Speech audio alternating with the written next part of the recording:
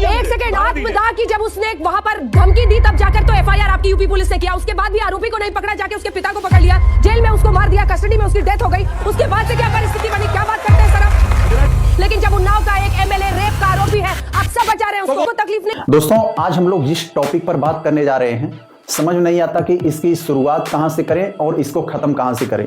दोस्तों, मुद्दा ही ऐसा है जो हमारे समाज, सिस्टम, कानून व्यवस्था, न्याय व्यवस्था के गाल पर एक बहुत बड़ा तमाचा है और दूसरे गाल पर एक बहुत बड़ा काला धब्बा है। दोस्तों, बेटी बचाओ बेटी पढ़ाओ का खोखला और फर्जी नारा देने वाले, कानून व्यवस्था के नाम पर झूठी तारीफ करने वाले कहां हैं? आज एक बेटी जब न्याय मांगने निकली, जिसके साथ इतनी बड़ी दरिंदगी हुई, उसे 5 किलोमीटर की जेल मिल जाती है और जो दरिंदगी करता है दरिंदा, उसे खुलेआम बेल मिल जाती है। इसी छोटी बालिका पर बलात्कार होता है, कितनी दर्दनाक घटना है। लेकिन क्या हम ये कहेंगे कि तुम्हारी सरकार में इतने होते थे, मेरी सरकार में इतने होते हैं? मैं समझता हूं इससे बड़ा गलत रास्ता नहीं हो सकता। बलात्कार होता है, एक बेटी के साथ ये अत्याचार कैसे सहन कर सकते हैं? और दोस्तों, जरा सोच कर देखें, एक सेकंड, भगवान न करे हम लोगों के साथ ऐसा हो, जरा यही बात अपने ऊपर एक सेकंड के लिए अप्लाई करके देखें। यदि हम लोगों के साथ ऐसा हुआ होता, हमारी बहन बेटी के साथ ऐसा हुआ होता, तो आज हम लोगों के ऊपर क्या बीत रहा होता।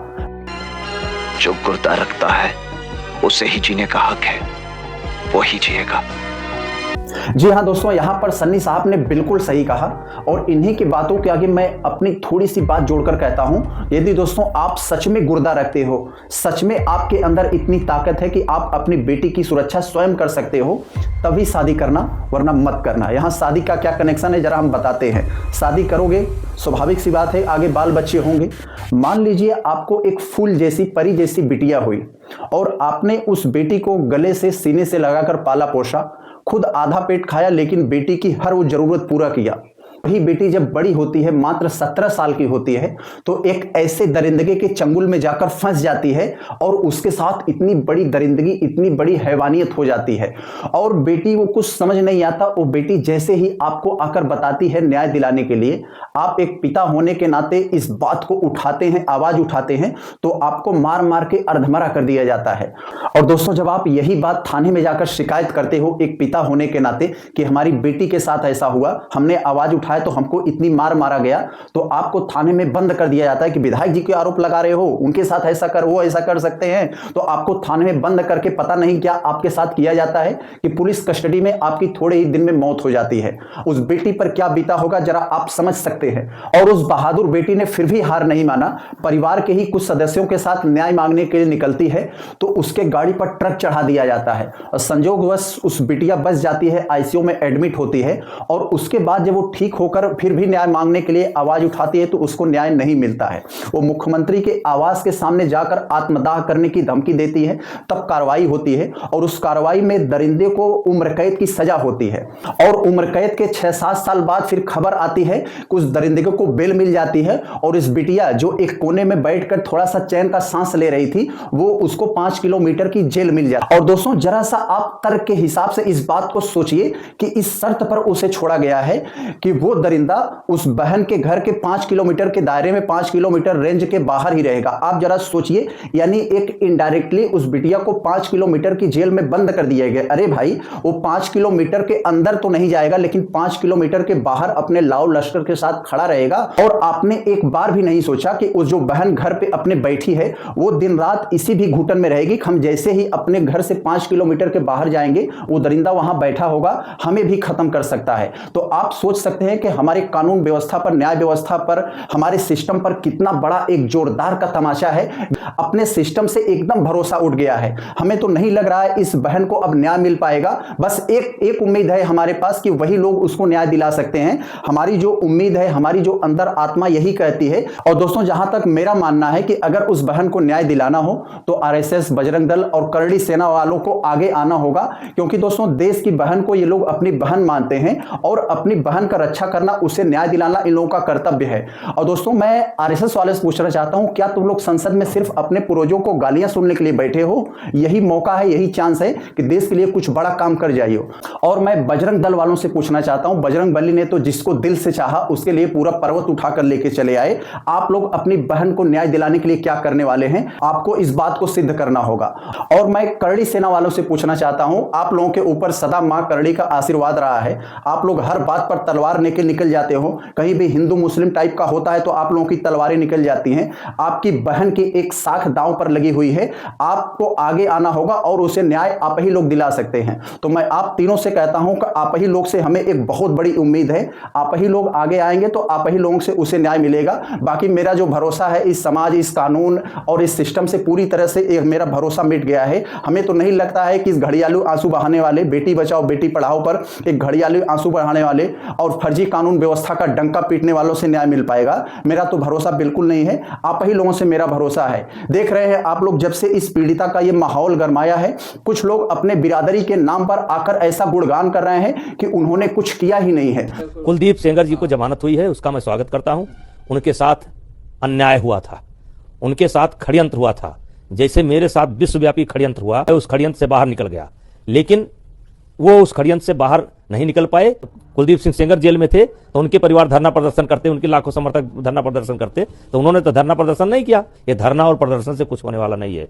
और दोस्तों हद तो तब हो गई, मानवता का तार तार तब हो गया कि उत्तर प्रदेश सरकार में एक मंत्री पुलिस पीड़िता और उनके साथ वालों को उठा ले गई इंडिया गेट से, धरना दे रहे थे दिल्ली में। तो उनका उन्नाव है, घर तो उनका उन्नाव। क्या कहते हो चूतियापन का? तो गया बेटे, तो घर तो नाव है, हैं। ये मंत्री है हमारे, हैं। कमल में कीचड़ खिला है, जो जिसे आप लोग पियर का चाचा कहते हैं। दोस्तों ऐसे ऐसे हमारे समाज में, हमारे सिस्टम में लोग बैठे हैं कि आज के डेट में हम जैसे आम लोगों से एक न्याय मांगना ऐसा हो गया जैसे हम लोग सरकार से उनकी कुर्सी मांग रहे हैं। हम लोग उनके सामने कीड़े मकोड़े हैं। अगर हम लोगों के अंदर इतनी ताकत नहीं है कि हम लोग अपनी बहन बेटी की रक्षा खुद कर सके, हम लोगों के अगर इतना गुर्दा नहीं है कि हम लोग उनकी रक्षा कर सके, तो मैं तो यही मानता हूं कि शादी ही न करो, क्योंकि शादी करोगे तो ये सब प्रोसेस से झेलना पड़ेगा। ऐसी सिस्टम सोचो दोस्तों, ये तो एक रिकॉर्ड में आया, ऐसे कितनी ज्यादा दरिंदगी होती होगी जो रिकॉर्ड में नहीं आती होगी। उनके साथ ये दम, वो लोग ऐसी पीड़ा झेल झेल कर घुट कर दिन रात घुटन करके मर जाते होंगे, सड़ जाते होंगे। हम सब सोचो आम इंसान हैं, अगर हम लोगों के साथ ऐसा हो तो हम लोग कहां तक इस चीजों को झेल पाएंगे। और दोस्तों आप लोगों ने देखा, जैसे ही निर्णय आया उस दरिंदे, उस अपराधी के घर पर जश्न होने लगा, पार्टियां होने लगी, पटाखे छूटने लगे। वहीं थोड़ी ही दूर पर उस बहन के घर पर दोस्तों एक मातम सा छा गया, एक खौफ सा माहौल बन गया कि अब हम लोगों का क्या होगा, अब हम लोगों का घर से निकलना भी दुश्वार हो गया है। दोस्तों आप लोग सोच सकते हैं कि हमारी मानवता हम लोगों की अंदर कितनी जा रही है। हर आदमी डरा हुआ है, हर आदमी खौफ में है, कोई बोलने के तैयार नहीं है। यूट्यूबर सोच रहे हैं कि हमारे यूट्यूब चैनल डिलीट हो जाएगा, मीडिया वाले, टीवी मेन स्ट्रीम मीडिया वाले सोच रहे हैं कि हमारी टीआरपी बंद हो जाएगी। हर एक आदमी डरा हुआ है, जो टीचर्स हैं, कोचिंग संस्थान है, सब डरे हुए हैं कि हमारी कोचिंग बंद हो जाएगी। इस पर बात करने के लिए, उस मुद्दे को उठाने के लिए कोई दोस्तों आगे नहीं आ रहा। मैं धन्यवाद देना चाहता हूं पटना वाले खान सर का, जिन्होंने इस बात पर आकर खुलेआम बोला, सही बोला, डंके की चोट पर बोला। 140 करोड़ लोगों में किसी की औकात नहीं है जो उसके खिलाफ कुछ बोल सके। अब समझ में आया हम गुलाम क्यों थे? सबको दिख रहा है सामने है नहीं? अच्छा, जो बोल रहा है ना, वो इस बात के लिए डरा है कि कहीं मेरा यूट्यूब ना डिलीट हो जाए, कहीं हमारे ऊपर एफआईआर ना हो जाए। ये है खौफ। वो बलात्कारी के खिलाफ बोलने में हालत खराब हो जा रही है लोगों की। समझा कि नहीं गया? और दोस्तों वो दृश्य देखकर तो आंखें भर आई होंगी। जब पीड़िता की मां न्याय मांगने के लिए सड़क पर उतरी तो मात्र 2 महिलाएं उनके साथ आई, बाकी नहीं आई कि एफआईआर हो जाएगा, डर हो जाएगा। उनको इतना डर है कि हमारे घर भी कुछ हो सकता है, एफआईआर हो जाएगा। तो आप सोच सकते हैं कि आज के डेट में न्याय मांगना कितना बड़ा चैलेंज होता है। आपके साथ अपराध हो गया, आप न्याय भी नहीं मांग सकते। आप न्याय मांगने के उतरेंगे तो आपको बहुत सारी कीमत चुकानी पड़ेगी। आने वाले समय में आपके साथ कुछ भी हो सकता है। एक रात में नोटबंदी हो सकती है, एक रात में लॉकडाउन लग सकता है, तो फिर एक रात में एक रेपिस्ट को फांसी क्यों नहीं हो सकती है? आपके साथ अन्याय हुआ है, आप उस पर न्याय मांग रहे हैं, तो आप बहुत कुछ उस पर जो है दोस्तों, आप उसको झेलने के लिए, बहुत कुछ सहने के लिए तैयार रहिए। आपके साथ कुछ भी हो सकता है। आज के डेट में दोस्तों मैंने फिर वही बात रिपीट करता हूं कि सरकार से न्याय मांगना ऐसा हो गया जैसे आप उनकी कुर्सी मांग रहे हो। उनको लगता है कि अगर हम न्याय दे दिए, ये तो जो इतना भारी भरकम ताकतवर नेता है, इसके पीछे इतने लोग हैं, हमारा वोट कट जाएगा। और उधर उनको लगता है कि जनता जब चुनाव आएगा तो हम लोगों को इनको लॉलीपॉप दे देंगे, हिंदू मुस्लिम गाय गोबर मस्जिद मंदिर ये सब करके इनको तो हम किसी न किसी तरीके से मिला ही लेंगे। उसके बाद तो हमारे पास सारे जातिवादी ठेकेदार नेता हैं ही, इनको हम अपने अपने समुदायों में भेजकर उनको जो है वोट तो चूस ही लेंगे। तो दोस्तों ये होगा जब तक हम सरकार के अंदर ये खौफ नहीं पैदा करेंगे, ये डर नहीं पैदा करेंगे कि आने वाले चुनाव में तुम कुर्सी पर नहीं रहोगे, तुम्हारी सत्ता बेदखल होने वाली है, तो ऐसा ही होता रहा है।